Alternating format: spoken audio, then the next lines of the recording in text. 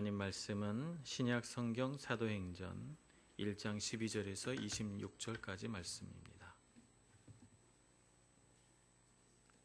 신약 성경 188쪽 사도행전 1장 12절에서 26절까지 말씀 봉독하겠습니다. 제자들이 감람원이라 하는 산으로부터 예루살렘에 돌아오니 이 산은 예루살렘에서 가까워 안식일에 가기 알맞은 길이라. 들어가 그들이 유하는 다락방으로 올라가니 베드로, 요한, 야고보, 안드레와 빌립, 도마와 바돌로메, 마테오와 및 알페오의 아들 야고보, 셀로딘 시몬, 야고보의 아들 유다가 다 거기 있어 여자들과 예수의 어머니 마리아와 예수의 아우들과 더불어 마음을 같이하여 오로지 기도에 힘쓰더라. 모인 무리의 수가 약 120명이나 되더라. 그때 베드로가 그 형제들 가운데 일어서서 이르되, 형제들아, 성령이 다윗의 입을 통하여 예수 잡는 자들의 길잡이가 된 유다를 가리켜 미리 말씀하신 성경이 응하였으니 마땅하도다. 이 사람은 본래 우리 수 가운데 참여하여 이 직무의 한 부분을 맡았던 자라. 이 사람이 불의의 삭스로 밭을 사고 후에 몸이 곤두박질하여 배가 터져 창자가 다 흘러나온지라. 이 일이 예루살렘에 사는 모든 사람에게 알려져 그들의 말로는 그 밭을 아겔다마라 하니 이는 피밭이라는 뜻이라. 시편에 기록되었으되 그의 거처를 황폐하게 하시며 거기 거하는 자가 없게 하소서 하였고, 또 일렀으되 그의 직분을 타인이 취하게 하소서 하였도다. 이러함으로 요한의 세례로부터 우리 가운데서 올려져 가신 날까지 주 예수께서 우리 가운데 출입하실 때에 항상 우리와 함께 다니던 사람 중에 하나를 세워 우리와 더불어 예수께서 부활하심을 증언할 사람이 되게 하여야 하리라 하거늘, 그들이 두 사람을 내세우니 하나는 바사바라고도 하고 별명은 유수도라고도 하는 요셉이요 하나는 마티아라. 그들이 기도하여 이르되, 뭇사람의 마음을 아시는 주여, 이 두 사람 중에 누가 주님께 택하신 바 되어 봉사와 및 사도의 직무를 대신할 자인지를 보이시옵소서. 유다는 이 직무를 버리고 제 곳으로 갔나이다 하고 제비 뽑아 마티아를 얻으니 그가 11사도의 수에 들어가니라. 아멘. 찬양대의 찬양으로 하나님께 영광 돌리겠습니다.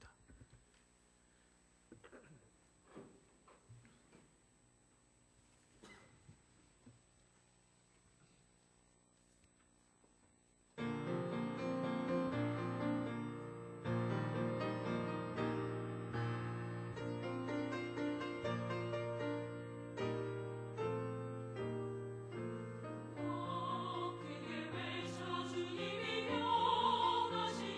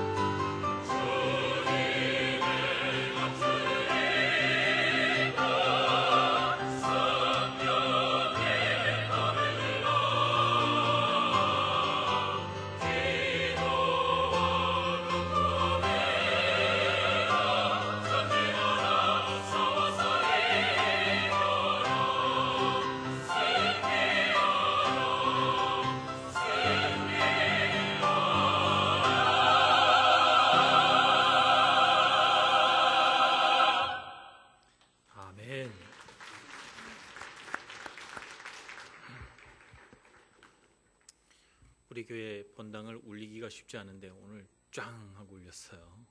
참 찬양이 너무 아름답고 우리가 천국에 가면 모든 것이 다 그치고 하나님의 사랑이 해같이 빛나고 천사들의 찬송 소리가 가득 울려 퍼진다 이렇게 말합니다.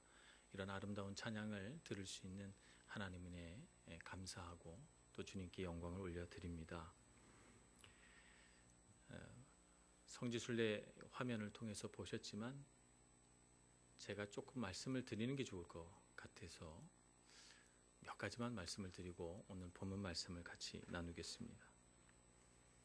저희들이 가장 먼저 간 곳은 데살로니카였고 데살로니카에서 조금 동쪽으로 가서 빌립보로 가서 빌립보에서 아볼로니아, 데살로니카라 다시 와서 그 다음은 조금 아래쪽으로 베레아에서 또 쭉 내려와서 메테오라라고 하는 중세 수도원 지역을 지나서 그리고 고린도 건너갔다가 다시 아테네로 돌아와서 저희들이 밀라노로 돌아왔습니다. 우리가 성경을 읽으면서 그 모든 지명들이 굉장히 친숙하고 우리 머릿속으로 상상한 것들이 우리가 그 땅에 가면 우리가 상상한 대로 펼쳐지리라 이런 생각을 하고 갔는데 가서 보니까 우리가 저뿐만 아니라 우리 순례 팀원 모두가 상상했던 그런 모습은 아니었어요. 데살로니카는 그리스 제2의 도시로서 인구가 한 100만 정도 되는 큰 도시였고 또 빌립보는 갔더니 폐허밖에 남아있지 않고 바울 사도가 갇혔다고 한 감옥은 다 묻혀버리고 겨우 문 정도만 보이는 그런 형태로 있었습니다. 고린도 교회에 가면 고린도에는 그런 화려한 모습들이 남아있겠지 생각하고 갔는데 지금 고린도시는 새로운 곳에 만들어져 있고 옛 고린도 도시는 한 10m 정도는 흙 속에 파묻혀 있는 것을 고고학자들이 발굴해내서 이제 겨우 그 형태가 남아있는데 그리스 시대 유적과 로마 시대 유적이 막 섞여 있어서 참 그 본래 화려했던 고린도시의 모습을 상상하려면 정말 애써서 상상해야만 되는 그런 상황이었습니다.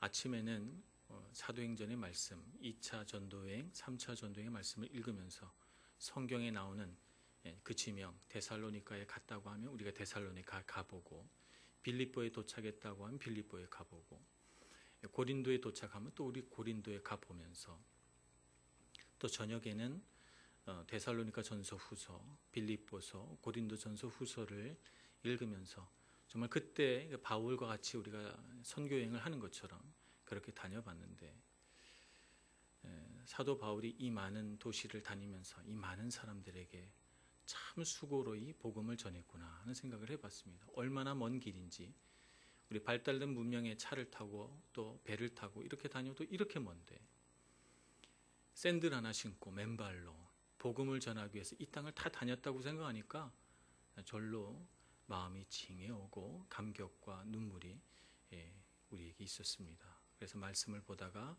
눈물을 흘리고 또 기도하다가 감격하고 그런 시간을 보내면서 성지순례를 하고 돌아왔습니다.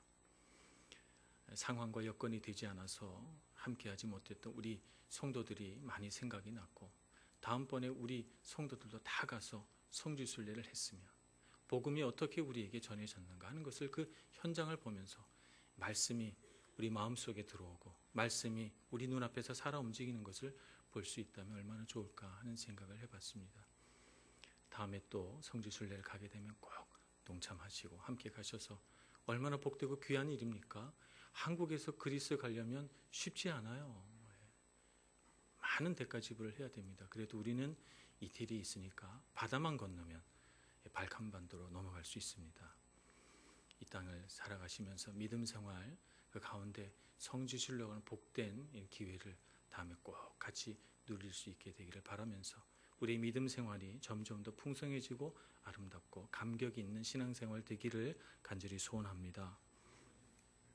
오늘 말씀을 보니까 제자들이 감람원이라 하는 산으로부터 예루살렘으로 돌아옵니다. 바로 앞절 11절의 말씀을 보면 예수님께서 승천하시고 천사들이 너희들이 본 모습 그대로 예수님께서 다시 오시리라 하는 말씀을 들려주십니다. 그리고 제자들이 감람원에서 돌아와서 예루살렘으로 갑니다. 그러니까 예수님께서 승천하신 곳은 감람산으로 유추가 됩니다.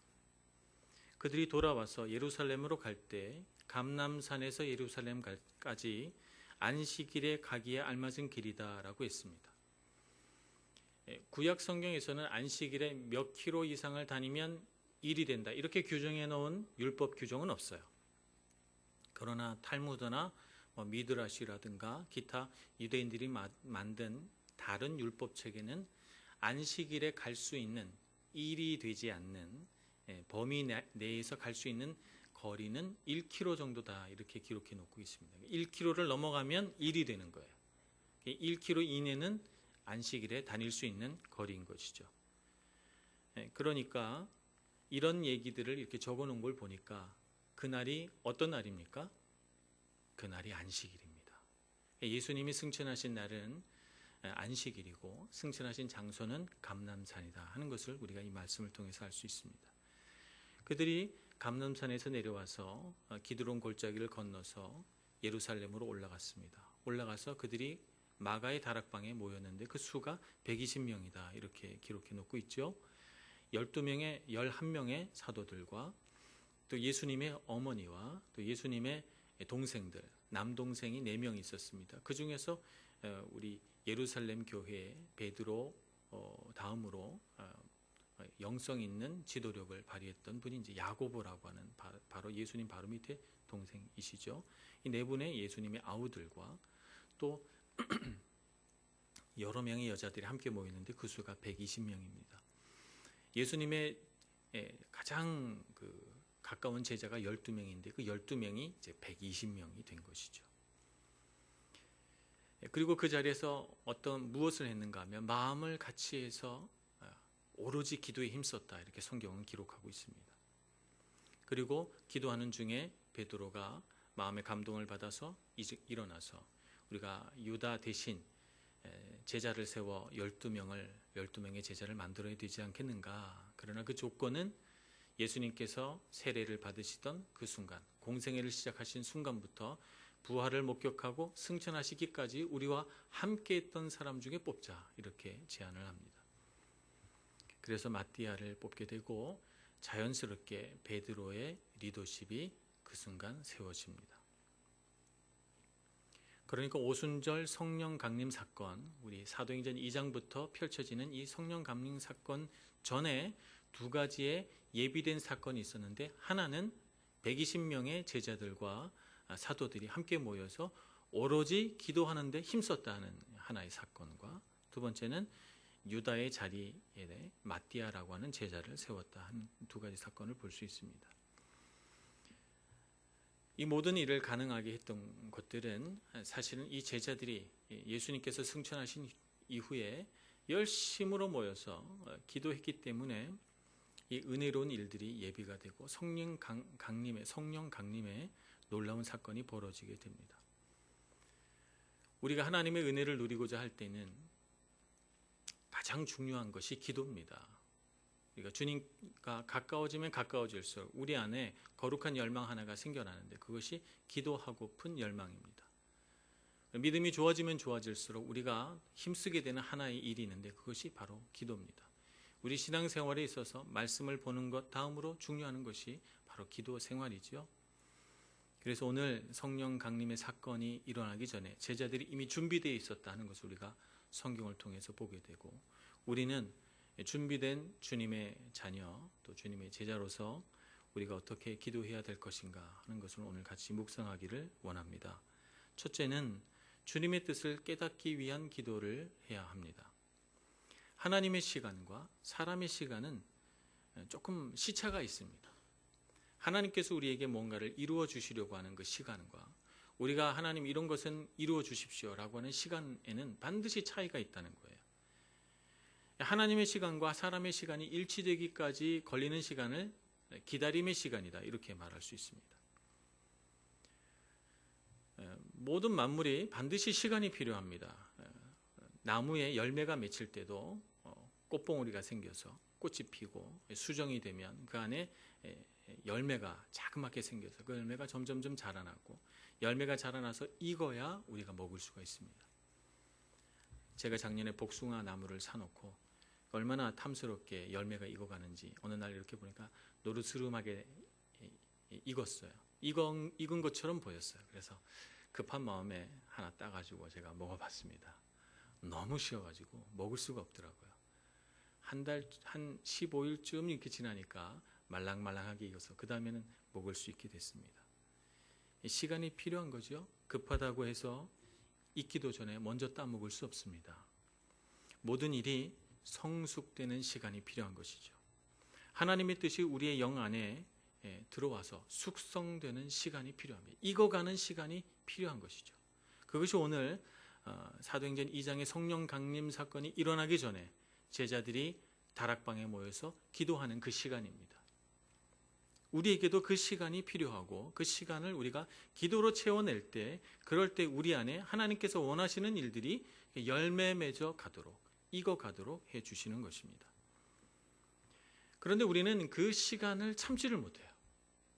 내가 원하는 시간에 내가 원하는 일들이 이루어져야 된다는 이런 어떤 급한 마음을 우리가 갖고 있고 또 우리 마음속에 빨리 됐으면 좋겠다라고 하는 조급한 마음이 있어서 하나님께서 우리에게 주시는 익어가는 시간, 이 숙성되는 시간을 견디질 못하고 자꾸 주님께 왜 안 주시냐고, 왜 하나님 응답이 없느냐고 이렇게 요구하게 됩니다. 그런가 하면 우리 마음속에 어떤 불신앙적인 요소, 의심하는 마음들이 들어오면 하나님 과연 응답하실까?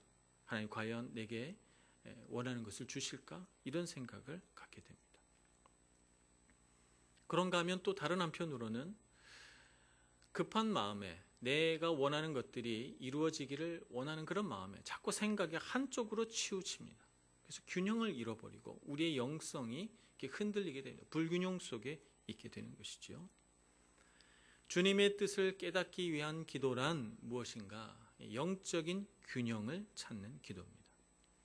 하나님의 뜻을 우리 마음에 받아들여서 우리 마음속에 한쪽으로 치닫는, 한쪽으로 치우치는 우리의 영적인 생각들이 균형을 잡게 되고 그래서 우리로 하여금 이 기다림의 시간들을 충분히 인내하고 충분히 참고 주님께서 우리 안에 열매 맺어 가시려고 하는 것들을 열매 맺도록 허용해 드리는 것이 바로 주님의 뜻을 깨닫는 기도다 이렇게 말할 수 있습니다.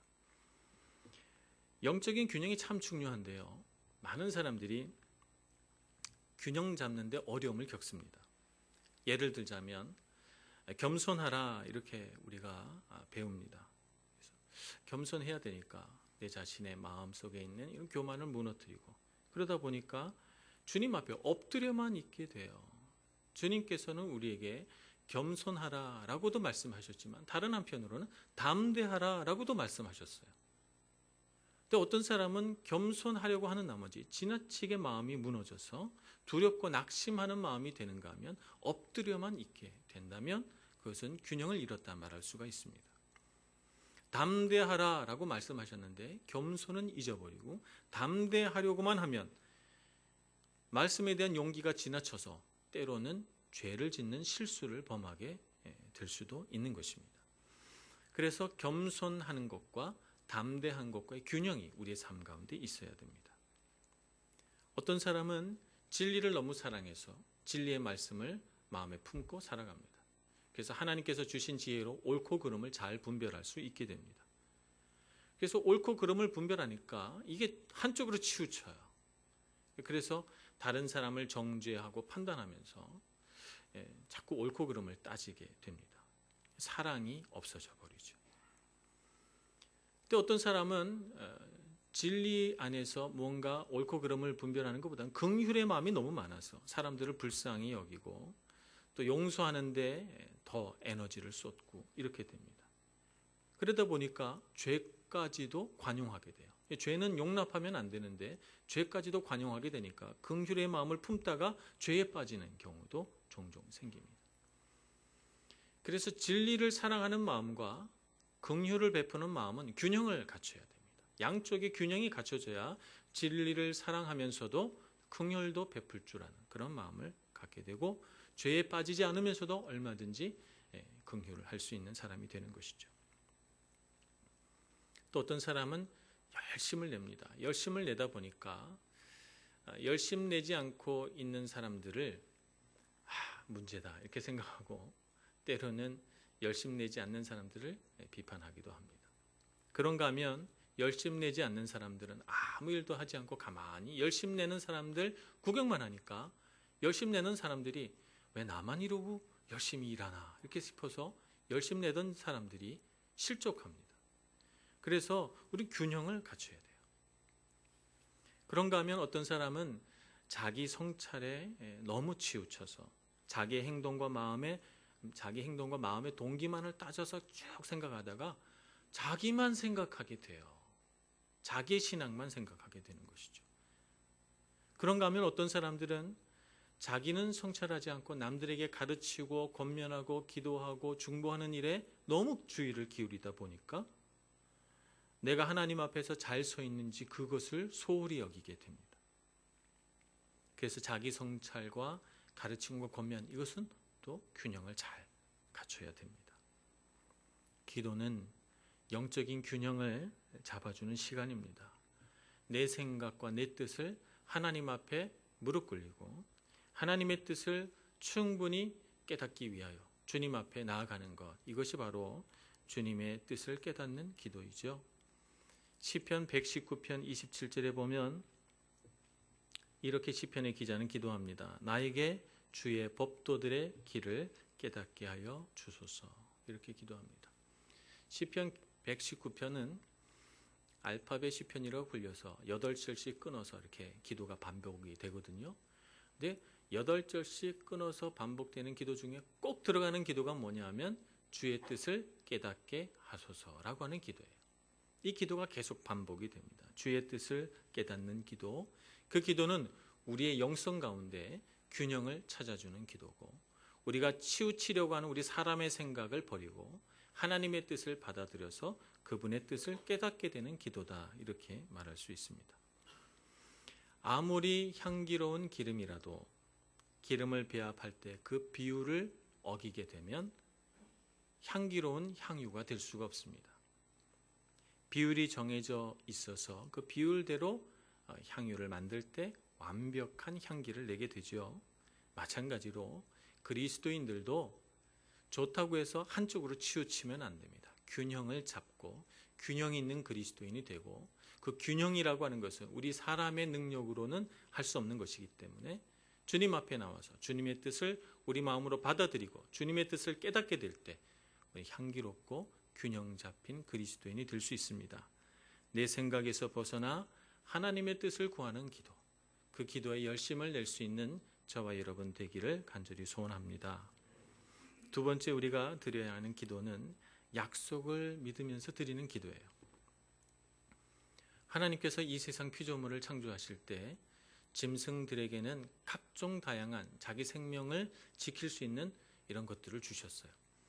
어떤 짐승에게는 뿔을 주시고 어떤 짐승에게는 날쌘 다리를 주셔서 아무도 따라갈 수 없게 만들고 또 그런가 하면 어떤 짐승에게 날개를 주시고 어떤 짐승에게 날카로운 발톱과 이빨을 주시고 또 이도저도 아무것도 없으면 자연 속에서 도저히 발견해낼 수 없는 보호색을 주셔서 그 보호색으로 자기 자신을 보호할 수 있도록 그렇게 했습니다. 사람에게는 보호색도 없고 뿔도 없고 날카로운 발톱도 없고 빠른 다리도 없고 아무것도 없어요. 하나님이 주신 것은 단 하나, 지혜를 주셨습니다.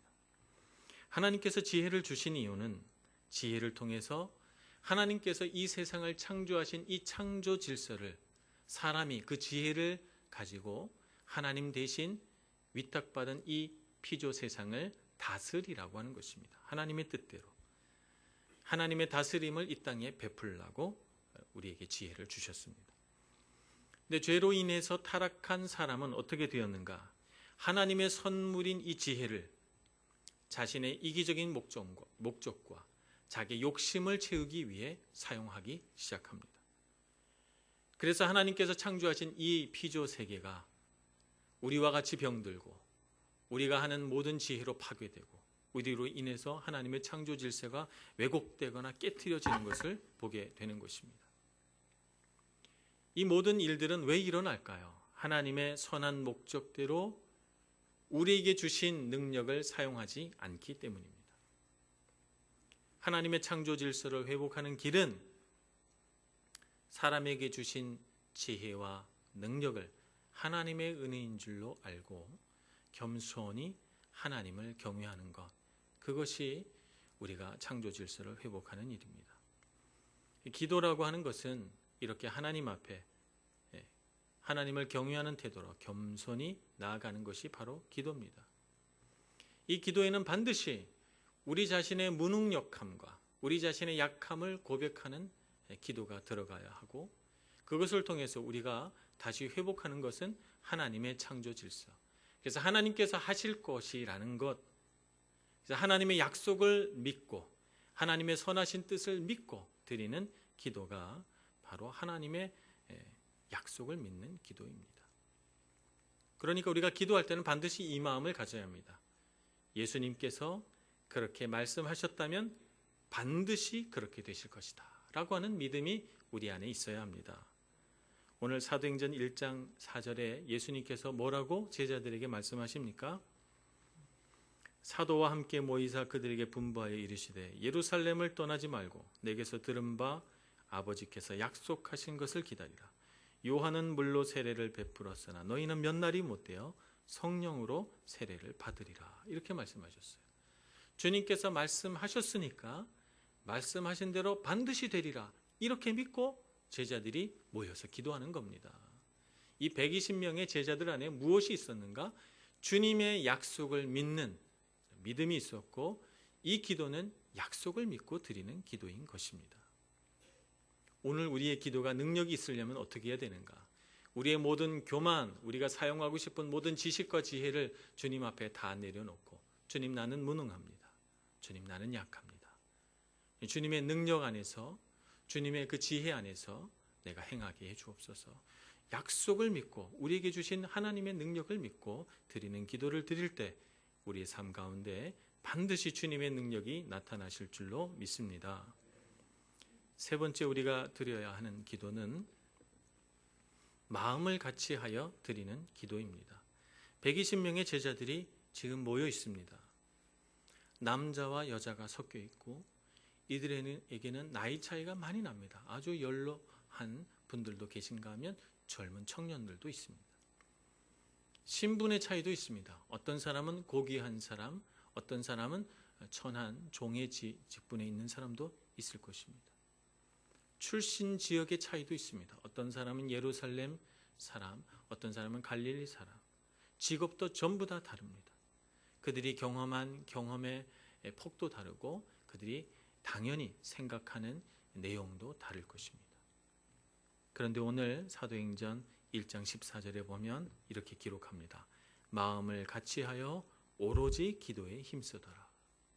그들이 마음을 같이하고 있습니다. 이들이 하나 되게 한 힘이 무엇일까요?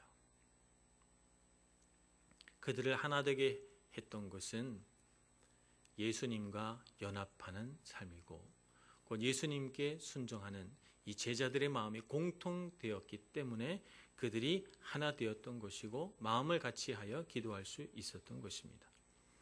그래서 오늘 이 기도하는 중에 베드로가 일어나서 제자들에게 말할 때 그 모든 말들이 말씀에서 우러나오는 것이죠. 제자를 세우는 일들, 이 모든 것들이 다 말씀에서 나옵니다. 시편 109편 8절을 인용하면서 유다의 일을 대신할 사람을 세워야 되지 않겠는가 이렇게 말하고, 그래서 그들이 제자들 중에 그 모든 공생의 기간 동안, 예수님의 공생의 기간 동안 함께했던 사람을 뽑는데 자신들이 다 뽑지 않아요. 요셉과 마띠아 이 두 사람을 딱 뽑아놓고 그리고 어떻게 합니까? 다시 기도합니다. 주님, 이 둘 중에 어떤 사람을 세워야 합니까? 다시 주님 앞에 엎드려서 기도합니다. 최종 결정은 하나님께서 하시도록 권한을 내어드리고 있죠. 이것이 그들이 주님과 연합한 기도로 마음을 같이하여 주님께서 주신 마음으로 기도했기 때문에 가능한 일이 되는 것입니다. 우리 교회도 정말 다양한 사람들이 모여 있습니다. 오늘 예배도 우리 나이 어린 청소년 10대 초반의 아이들서부터 연로하신 분들까지 다양한 나이 차이와 다양한 경험과 우리 교회에는 여기 교민도 있고 주재원도 있고 한의 가정의 분들도 있고 또 뭐 여행 오신 분들도 있고 정말 다양한 분들이 섞여 있습니다. 우리가 만약에 이 교회 공동체 안에서 자기 소견에 옳은 대로 말하기 시작한다면 아마 우리 교회 교인의 숫자만큼 아마 주장이 나올 것입니다. 그런데 우리가 교회 공동체 안에서 우리가 하나 된다면 그 힘은 어디서 나옵니까? 주님과 연합할 때, 주님의 마음으로 기도할 때 우리가 하나 되는 것이지요. 그럴 때 우리 그 옛날 초대교회에 이 제자들이 모여서 기도했던 그 기도의 능력을 우리도 갖게 되는 줄로 믿습니다. 우리가 다 가지입니다. 가지가 어디에 붙어 있어야 됩니까? 포도나무에 붙어 있어야 됩니다. 포도나무 줄기에 가지가 붙어 있다면 우리 모두는 다 하나입니다. 한 분 예수 그리스도 포도나무 한 분 예수 그리스도에 붙어 있을 때 우리는 그분으로부터 수액을 공급받고 그분의 능력으로 우리 잎을 펴며 그분의 은혜 안에서 꽃을 피우고 열매를 맺게 되는 것이죠. 그래서 우리는 가장 먼저 예수님과 연합한 삶을 살아야 하고 우리의 기도에는 반드시 주님과 연합한 기도가 있어야 될 줄로 믿습니다. 요한복음 15장 7절에 보면 너희가 내 안에 거하고 내 말이 너희 안에 거하면 무엇이든지 원하는 대로 구하라 그리하면 이루리라 이렇게 말씀하십니다. 가진 우리가 주님 안에 거하고 주님의 말씀이 우리 안에 있으면 주님께 무엇이든지 구하는 대로 다 이루어 주실 것이라고 우리에게 말씀하십니다. 연합하는 기도가 이렇게 중요합니다. 우리 모두 나의 나됨을 주장할 것이 아니라 주님과 연합하기 위하여 힘을 쏟고 주님과 연합한 기도를 드려서 우리가 한 분 포도나무이신 예수님께 붙어있는 우리 모든 교회 성도들 되기를 소원합니다. 주님과 연합한 사람이 사람과도 연합할 수 있습니다. 아무리 내 능력으로 사람과 연합하려고 해도 그 연합 잘 되지 않습니다. 사람의 연합은 반드시 갈등과 아픔을 겪게 되어 있습니다. 주님과 연합하여 주님과 연합되어 있으므로 사람과도 자연히 연합할 수 있는 은혜로운 우리 교회 공동체 되기를 간절히 소원합니다. 기도하겠습니다.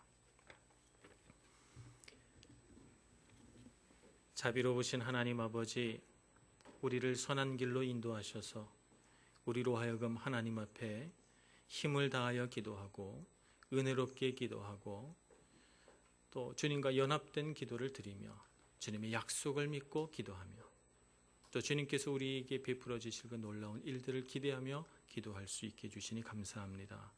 주님 앞에 항상 기도하는 것을 쉬지 않는 저희들 되게 해주시고 기도 가운데 주님께서 우리에게 풍성한 은혜 내려주셔서 날마다 기쁨이 넘치는 삶을 살게 하여 주시옵소서.